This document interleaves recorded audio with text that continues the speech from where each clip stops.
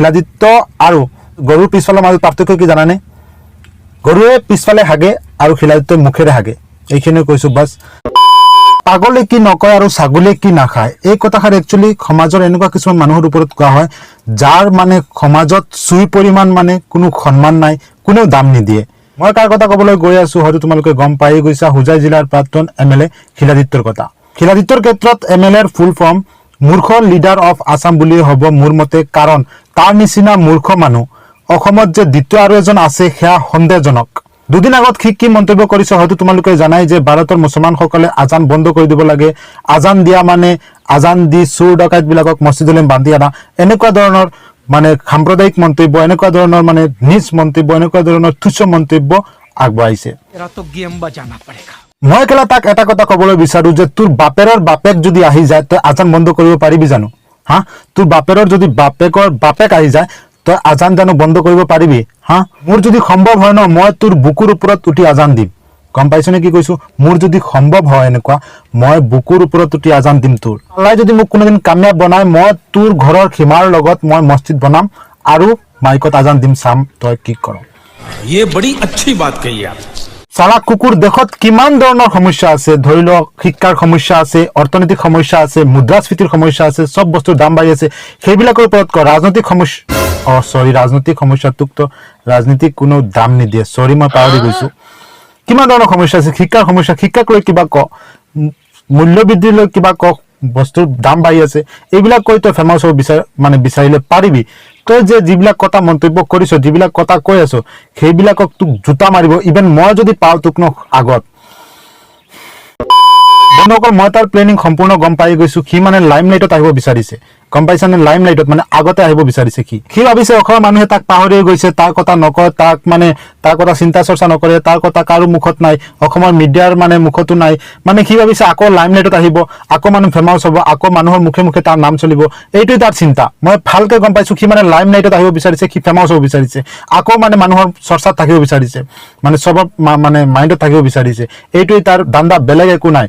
নহলে তাৰ এনেকুৱা ধৰণৰ কথা কোৱাৰ ইমান সাহস কৰিব আহিছে। আৰে ও জদা মূৰ্খ, তোৰ মাতাৰ মগজুখিনি আটো ট্ৰেন্সফাৰ হৈ গৈছে নেকি? সৰি, তোৰ চোন মগজুৱে নাই।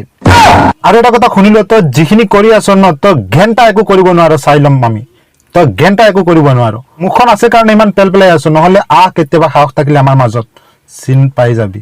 বন্ধুসকল, মনৰ দুখত এইখিনি কথা কৈ আছো, ইমান ঘাম ওলাই আছে, ইমান ৰ'দত মই মানে ইয়াতে বহি মানে যেতিয়া মই চাইছো মোৰ আৰু সহ্য নোহোৱা হৈছে। মনৰ দুখত এইখিনি ওলাইছে, জানানে তোমালোকে? মনৰ দুখত মই কৈ আছো।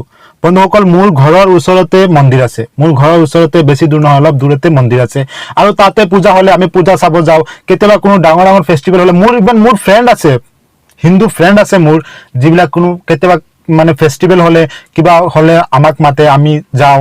আমাৰ কিবা ফেষ্টিভেল হলে মানে আহে, মানে আমাৰ কি ধুনীয়া পৰিৱেশ, আমি ইমান এটা আনটোক মানে আমি ভাতৃত্বৰ নিচিনা থাকো, আমি ভাই হিচাপত থাকো, হিন্দু মুছলমান কোনো পৰিচয় নাই, একো নাই। কিন্তু এইবিলাক ভিডিঅ' এইবিলাক মানে মন্তব্য চোৱাৰ পিছত মানে নিজকে মানে ধৰি ৰাখিব নোৱাৰি, মানে মই বাধ্যত পৰি ভিডিঅ'টো বনাইছো, জানানে তোমালোকে? মই বাধ্যত পৰি যে এনেকুৱা মানুহ, এনেকুৱা নিচ মানুহ, এনেকুৱা তুচ্ছ, এনেকুৱা চিন্তাধাৰা মানুহ এতিয়ালৈকে আছেনে? এই এতিয়া মডাৰ্ণ মানে যিটো মডাৰ্ণ জমানাত এই মানে এনেকুৱা মানুহ আছে নেকি? মানে মই চিন্তা কৰি আছো। আমাৰ ঘৰৰ ওচৰত যিখন মন্দিৰ আছে সেইখনত মানে দিন ৰাতি একদম পুৰা, যেতিয়া কীৰ্তনৰ টাইম আহে কীৰ্তন চলিয়ে থাকে, তেতিয়া আমাৰ মাইণ্ডত মানে এনেকুৱা থিংকিঙেই নাহে যে আমি এনেকুৱা বন্ধ কৰাম, এনেকুৱা কৰিম, এনেকুৱা কম, মানে আমাৰ মাইণ্ডত নাহে। কাৰণ মানে আমাৰ চিন্তাধাৰাটো বেলেগ, আমি এনেকুৱা নাই। ইভেন আমি চাবলৈ যাওঁ যে এনেকুৱা বা মানুহে এনেকুৱা থিয় হৈ চায়, কেনেকুৱা মানে কেনেকুৱা কীৰ্তন চলি আছে, বা মন্দিৰত থিয় হৈ চায়, এনেকুৱা চিন্তাধাৰা নাহে। কাৰণ আমাৰ মাজত, আমাৰ মানে মনত বেলেগ এটা ৰেচপেক্ট আছে, বেলেগ এটা মানে চিন্তাধাৰা আছে, বেলেগ এটা মানে আমি ভাই হিচাপত থাকো। কিন্তু এনেকুৱা মন্তব্যত মানে এনেকুৱা মন্তব্য কৰাৰ পিছত মানুহে লাগিব, হিন্দু মুছলমান লাগিব, কিবা বিচ্ছেদৰ সৃষ্টি হ'ব, কিমান মানে কেনেকুৱা ঘটনা হ'ব এবাৰ ভাবি চাইছানে? আৰু এনেকুৱা মন্তব্য এজন শিক্ষা থকা মানুহে যে দিছে, এইটো মানে ধৰি ল'ব পাৰিছা চাগে যে এই মানুহজনৰ শিক্ষাৰ অৰ্হতা কিমান, তাৰ শিক্ষাখিনি কিমান কামত লাগিছে। আৰু এটা কথা, আমি যে ইমান হিন্দু মুছলমান কৰি আছো, আমি কি পাম একচুৱেলি? আমি এনেকুৱা কৰিলে কি পাম?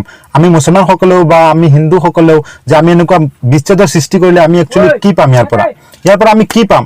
একো মানে একোৱে আমাৰ লাভ নহয়, উল্টা আমি ঘিণৰ পাত্ৰ হ'ম বেলেগৰ আগত। আমি যদি হিন্দু ধৰ্মৰ বিৰুদ্ধে কিবা কওঁ, হিন্দু মানুহে মোক বেয়া পাব। আমি যদি মানে মুছলমানৰ বিৰুদ্ধে কওঁ, মানে এনেকুৱা হয়নে, এনেকুৱা মানে ঘিণৰ সৃষ্টি হ'ব, এজনে এজনক ঘিণ কৰিব, বেলেগ একো নকৰে। বন্ধুসকল, মই ইয়াতে বহি মানে গাড়ীখনত এচিও নাই, এচি নষ্ট হৈছে, সেইকাৰণে মানে অলপ গৰমো লাগি আছে। আৰু মানে ভিডিঅ'টো চোৱাৰ পিছত মানে মোৰ সহ্য নোহোৱা হৈছে, সেইকাৰণে মই বনাইছোঁ। আৰু লাষ্টত মই এটা কথাই ক'ম যে শিলাদিত্য আৰু গৰুৰ পিছফালৰ মাজত পাৰ্থক্য কি জানানে?